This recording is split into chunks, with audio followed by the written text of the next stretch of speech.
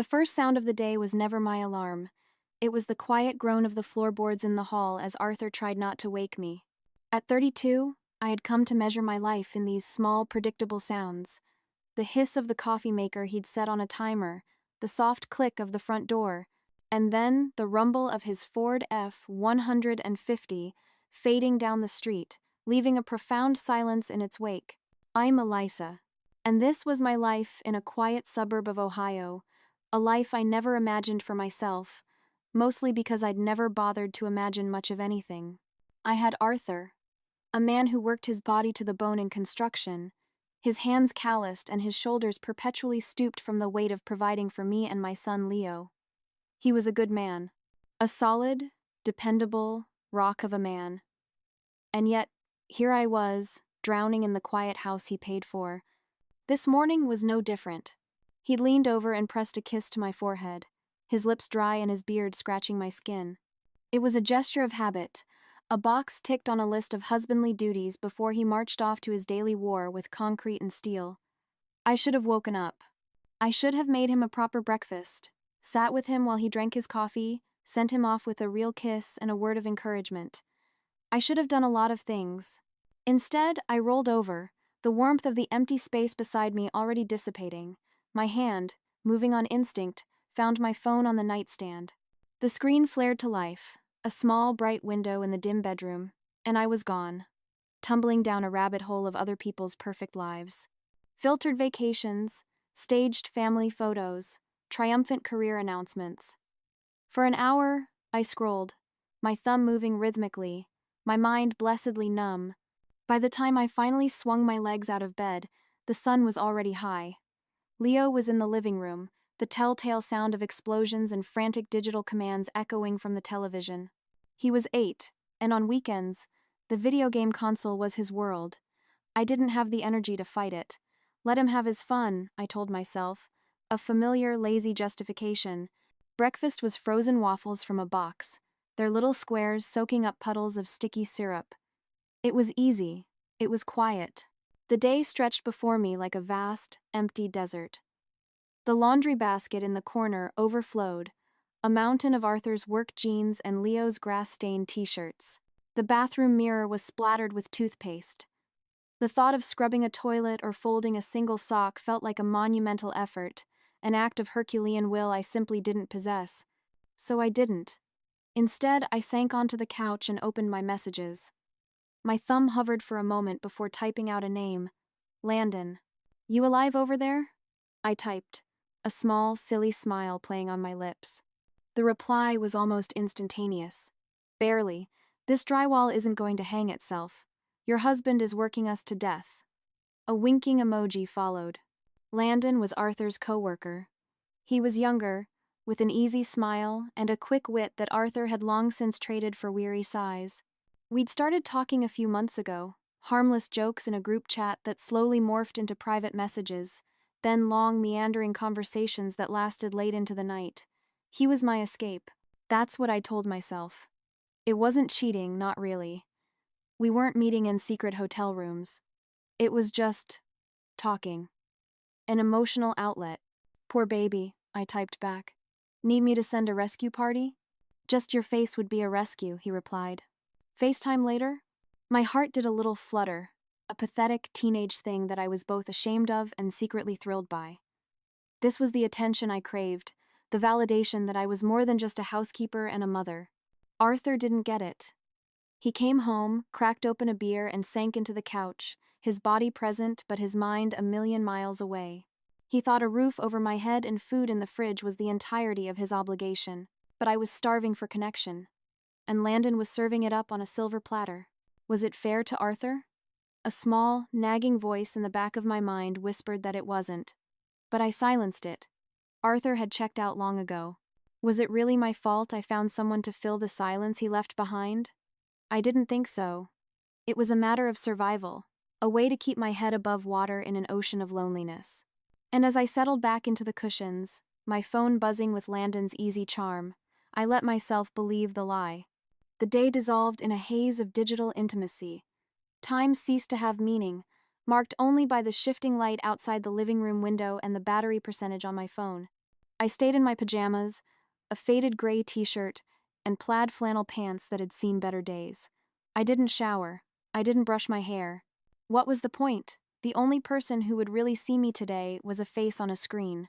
For lunch, I ordered pizza for Leo, leaving the box on the coffee table for him to graze from between games.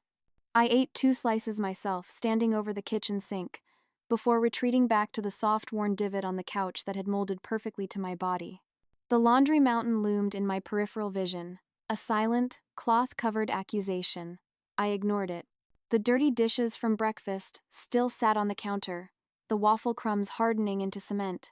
I ignored them, too. My world had shrunk to the 4-inch screen in my hand. Landon and I talked about everything and nothing. He complained about his boss. I complained about my boredom. He told me about a concert he'd gone to. I told him about a show I was binge-watching. It was effortless. With him, I was witty and carefree, a version of myself I barely recognized. I sent him selfies, carefully angled to hide the messy bun and the dark circles under my eyes. He sent back pictures from the job site, flexing a bicep, his face artfully smudged with dirt. "You have no idea how boring it is here," I said, my voice a conspiratorial whisper into the phone's microphone during a FaceTime call. "I think I might actually be turning into furniture." Landon's face filled the screen, his grin infectious. "A very beautiful piece of furniture, then.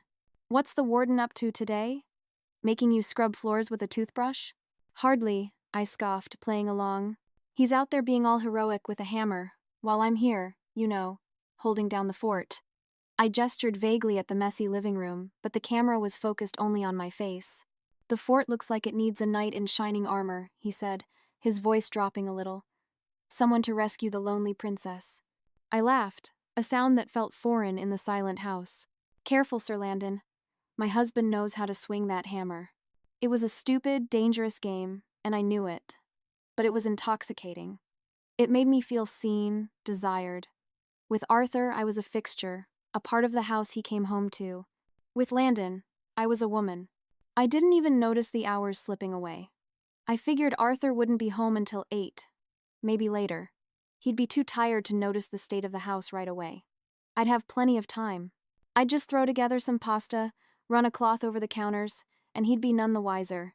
He'd eat, watch TV, and fall asleep on the couch, and the day would end like all the others. A simple, repeatable pattern of neglect and avoidance. I was lying on my back, the phone propped on my chest, laughing at something Landon had just said.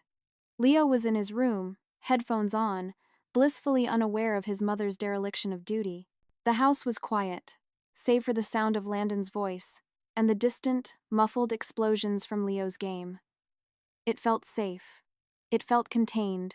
I was in the middle of telling Landon a story when I heard it. The sound of a key turning in the front door lock. It was only 6 o'clock. My blood ran cold. My stomach plummeted.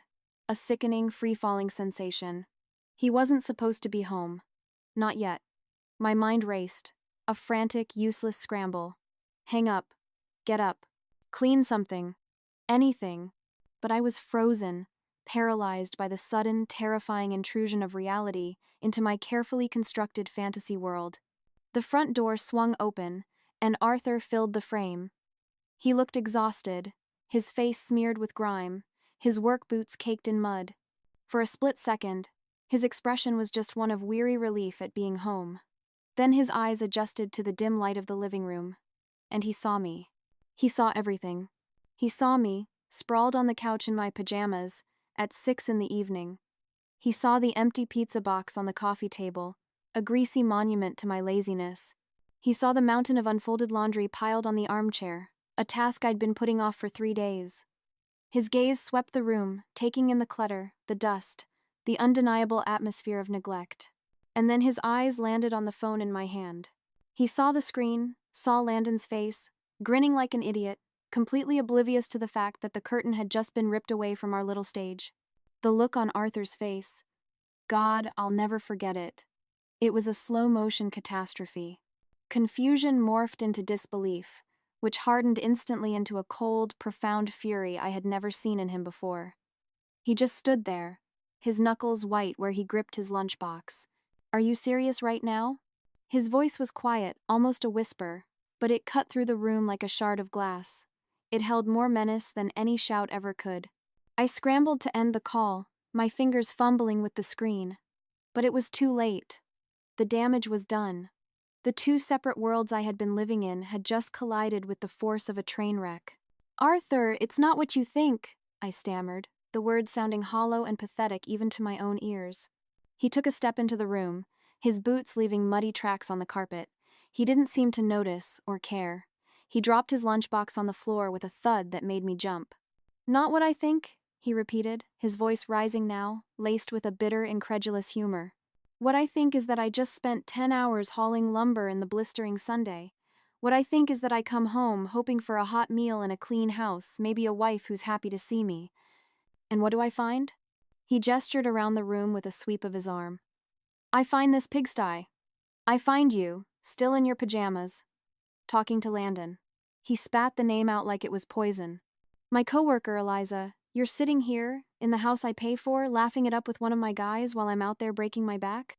He didn't give me a chance to answer. He didn't want an explanation. What defense did I have? I was lonely? He's just a friend? It was just a joke? All of it sounded like the flimsy excuses of a guilty child. Instead of storming out, which is what I half expected, he started to pace, his anger coiling and uncoiling like a venomous snake. "You didn't clean the house. You didn't do the laundry. You didn't even bother to make dinner. What, exactly, do you do all day, Eliza?" His voice was sharp, accusatory. It made me feel small and worthless, like the lazy, ungrateful wife he was painting me as. A part of me wanted to scream back, to defend myself, to tell him that I did appreciate him, that he wasn't a bad guy, but it was all tangled up with the truth of my own failings. It wasn't a lie that I hadn't done laundry. It wasn't a lie that I deserved someone to talk to when he barely looked at me anymore. He acted like I should just be grateful for the roof over my head and keep my mouth shut. But I needed more. I needed a connection. And if he wasn't going to give it to me, why was it so wrong to find it somewhere else? Of course, I didn't say any of that. I just sat there, clutching my phone, as he continued his tirade. "Selfish," he finally spat out, stopping his pacing to stare at me. "That's what you are. You're just selfish." That one stung, because deep down I knew he was right. Maybe I was selfish. But was that such a crime? Sometimes I felt like I was drowning in this life, and I was just trying to keep my head above water. By the time he was done, the rage seemed to drain out of him, leaving behind something worse. A deep, profound hurt. He didn't say anything else. He just walked to the fridge, pulled out a beer, and went out to the garage, slamming the door behind him. The sound echoed through the house, a definitive, damning full stop. I was left alone with my thoughts, the silence now thick with unspoken accusations. And in that moment, a chilling realization hit me. He wasn't going to leave. Not yet. Arthur was too decent for that. But things would never, ever be the same. The hours that followed were the longest of my life. I didn't follow him to the garage. I've never been one for confrontation, for groveling. I don't like feeling like the bad guy, even when I am so clearly, unequivocally the bad guy. I couldn't shake the feeling that I wasn't the villain here, not entirely. Sure, I was FaceTiming Landon, but it wasn't like I'd slept with him. And Arthur had been emotionally checked out for months. A marriage is a two-way street, isn't it? Still, I knew I had to do something. The silence from the garage was a ticking clock. So, I started to clean. It was a frantic, guilt-fueled burst of activity. The pizza box went into the trash. The dishes were loaded into the dishwasher. I gathered the laundry mountain and shoved it into the washing machine, the hum of the appliance a small comfort in the oppressive quiet. I even lit a candle on the coffee table, a pathetic attempt to manufacture a cozy atmosphere where none existed. It wasn't much, but it was something. A peace offering made of folded clothes and pine-scented wax. It was dark by the time Arthur came back inside. He walked past me without a word, his face set like stone, and went straight to the fridge for another beer. The silence was more excruciating than his yelling had been. I couldn't stand it. "Hey," I said, my voice sounding small and shaky. "Can we talk?" He didn't even look at me. "What's there to talk about?" he said, slamming the fridge door. "You've already made it pretty clear how much you respect me in this marriage." The bitterness in his voice stung, but I wasn't going to let him have the last word. "It's not like I cheated on you," I said, crossing my arms, a defensive posture I fell into by habit. "I was just talking to someone because I was lonely. You're always at work, and when you're home, you barely even look at me. What do you expect me to do?" He turned then, and the look in his eyes made my stomach twist into a knot. "What do I expect?" he repeated slowly, dangerously. "I expect my wife not to be sitting around FaceTiming my coworker while the house looks like a bomb went off. I expect you to act like you care about this family instead of acting like a spoiled teenager. That's what I expect." I had no response to that. Not a good one, anyway. So I did what I always do when things get tense. I tried to change the subject, to smooth things over. "Look, I cleaned up," I said, gesturing around the room. "And I was thinking, maybe we could spend some time together tonight. Just you and me." I moved closer, trying to inject a soft, sweet tone into my voice, hoping it would disarm him. His expression didn't change. "You think cleaning up the mess you should have cleaned days ago is supposed to make me forget what you did?" he sneered. "And now you want to play the good wife?" His voice dripped with a sarcasm that made my skin crawl. But I was desperate. I wasn't ready to give up. I stepped closer still, placing a hand on his arm. It was tense, hard as rock beneath my fingers. "Come on, Arthur," I said, trying for a playful tone. "Let's not fight. We can move past this."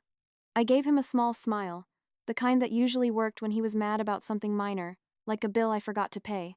Then, because I had nothing left in my arsenal, I leaned in to kiss him. He stepped back. He physically recoiled from me, as if I were something diseased, something disgusting he didn't want to touch. The rejection was so swift and absolute it stole the air from my lungs. "Are you serious right now?" he said, his voice a low thrum of disbelief. "You think you can just seduce me and make this all go away? Do you really think I'm that stupid?" My face burned with a hot, spreading shame.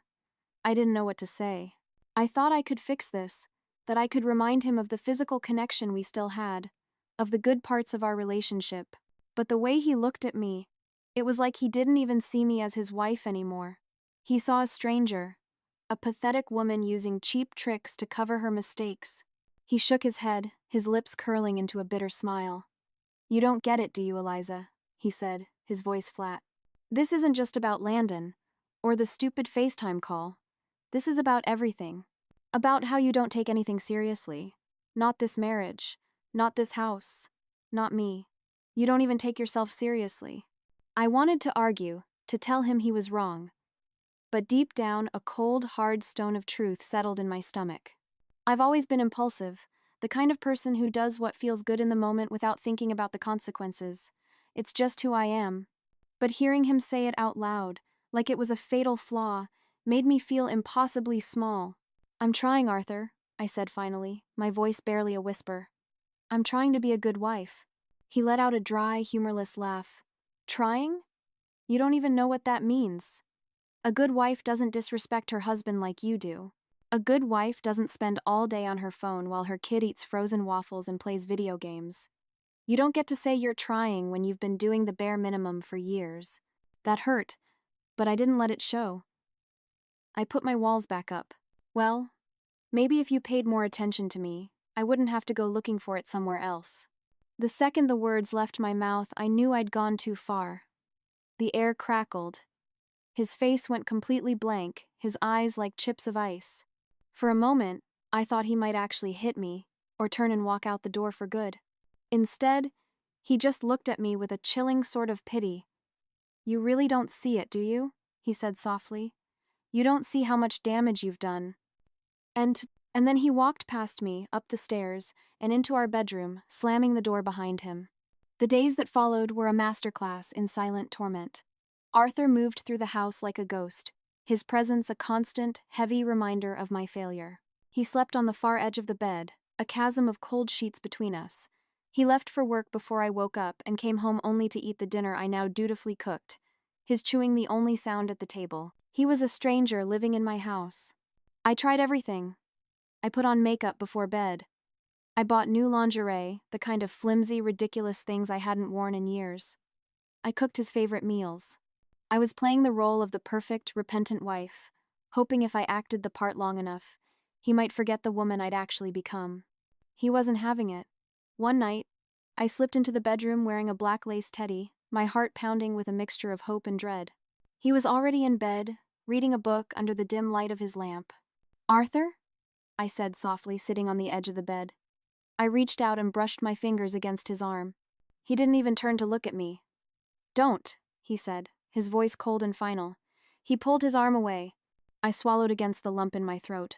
"Please," I whispered. "We can fix this. Just give me a chance." He finally sat up then, his face a mask of exhaustion and contempt. "A chance, Eliza. I've given you a million chances, and you've wasted every single one. Do you think I'm an idiot? That I'd forget what you did because you decided to play house for a week?" He looked me up and down, his eyes lingering on the lingerie with disdain. "I don't love you anymore," he said, the words clear and precise. "I don't even like you. You're not the woman I married." The words were like daggers, but he wasn't finished. "And you didn't just hurt me, you embarrassed me. Do you have any idea what it's like to walk into work and have everyone know my wife was FaceTiming one of my coworkers behind my back? Landon won't even look at me now. Everyone else is whispering. You made me a joke." I had nothing to say. He wasn't wrong. The word had gotten out, and Landon, my digital knight in shining armor, had completely ghosted me. My one attempt to message him was met with a wall of silence. I was officially, completely alone. The final blow came a week later. Arthur came home with a stack of papers in his hand and sat down at the kitchen table. His expression was unreadable. "I've filed," he said, sliding the papers across the table toward me. "All I need is your signature. Divorce." The word hung in the air, sucking all the oxygen out of the room. My hands trembled as I picked up the papers, the legal jargon swimming before my eyes. This was real. "Please, Arthur," I begged, tears streaming down my face. "Don't do this. I'll do anything. I'll go to therapy. You should have done all of that years ago." He cut me off, his voice devoid of emotion. "I'm done, Eliza. I'm only still here because of Leo. I wanted to make this transition easier for him, but I can't keep living like this." The mention of our son broke me. "What about Leo?" I sobbed. "He loves you. You're the only father he's ever known." He sighed, a long, weary sound. "I'll still be there for him. This isn't his fault. But I can't stay in this house anymore. I can't stay with you." In a last, desperate attempt to find an ally, I called my dad. We weren't close, but he was all I had. I sat in my car in the driveway, my voice trembling as I explained the situation. There was a long pause on the other end of the line. "Eliza," he said finally, his voice gruff. "What do you expect me to say? You messed up. You've got a good man there, or had, I guess. You dug this hole. Now you've got to live with it." His words hit me like a ton of bricks. No comfort, no sympathy, just the blunt, unvarnished truth. "Look," he said before hanging up, "if you keep blaming everyone else for your problems, you're going to end up alone." The call ended, leaving me in a screaming silence. He was right. Arthur was right. I thought about what my life would look like without Arthur, and it terrified me. At 32, with a son to care for, I had no idea how to start over. He had saved me once, given me a home, a family, a future, and I had ruined it all. The week leading up to his move-out day was agonizing. The house became a mausoleum, filled with the ghosts of what we used to be. We avoided each other, two planets in a decaying orbit, careful not to cross paths. I didn't know how I was going to explain this to Leo. How do you tell your child that you are the reason his world is about to be ripped apart? When the day finally came, it was a gray, overcast Saturday. Arthur packed his things with a quiet efficiency that was more heartbreaking than any emotional outburst would have been. He packed clothes, tools from the garage, the framed photo of his parents from the mantelpiece. He was systematically erasing himself from our life. He hugged Leo tightly, a long, fierce embrace. "I'll see you soon, buddy," he promised, his voice thick with emotion for the first time in weeks. "I love you." Then he turned and walked out the door. He didn't look back. Not once. I watched from the living room window as his truck pulled out of the driveway and disappeared down the street. For the first time in my life, I felt the bone-deep, terrifying chill of being truly and utterly alone. The silence he left behind was different. It wasn't the temporary quiet of a house waiting for its owner to return. It was the permanent, hollow silence of absence. The house felt huge and empty, every room an echo chamber for my regrets. Reality sank in with brutal swiftness. Landon, of course, was gone. Arthur was gone. And I was left to pick up the pieces of the life I had so carelessly shattered. I had to find a job, something I hadn't done in nearly a decade. My resume was a patchwork of short-term retail gigs from before I met Arthur. Employers weren't exactly lining up to hire a woman with a 10-year gap in her work history and no degree. The rejection emails piled up, each one another small, sharp jab of failure. I tried reaching out to friends, but most of them were Arthur's friends first. They offered polite, distant sympathy, but no one was eager to take my side. I was the woman who had betrayed their friend. I was a pariah. My dad's words echoed in my head. "You're going to end up alone." Nights were the worst. I'd lie awake in the middle of our king-sized bed, the empty space beside me a cold, vast expanse. I would stare at the ceiling and replay every mistake, every lazy choice, every selfish justification. I saw myself through Arthur's eyes, the lazy, ungrateful woman who had taken his love for granted and thrown it away for a few cheap thrills on a phone screen. I hated her, but I didn't know how to be anyone else. The hardest part was Leo. He kept asking when Dad was coming home. Every time I had to look into his innocent, confused eyes and tell him the truth. "Dad has his own place now, sweetie. But he loves you very much." The pain that flickered across his face was a knife in my heart, a constant reminder that my actions had consequences far beyond my own self-pity. I had not just ruined my life, I had irrevocably damaged his. In the end, Arthur didn't just leave me. He left me a lesson etched into my life with the acid of regret. He taught me that trust is not a renewable resource.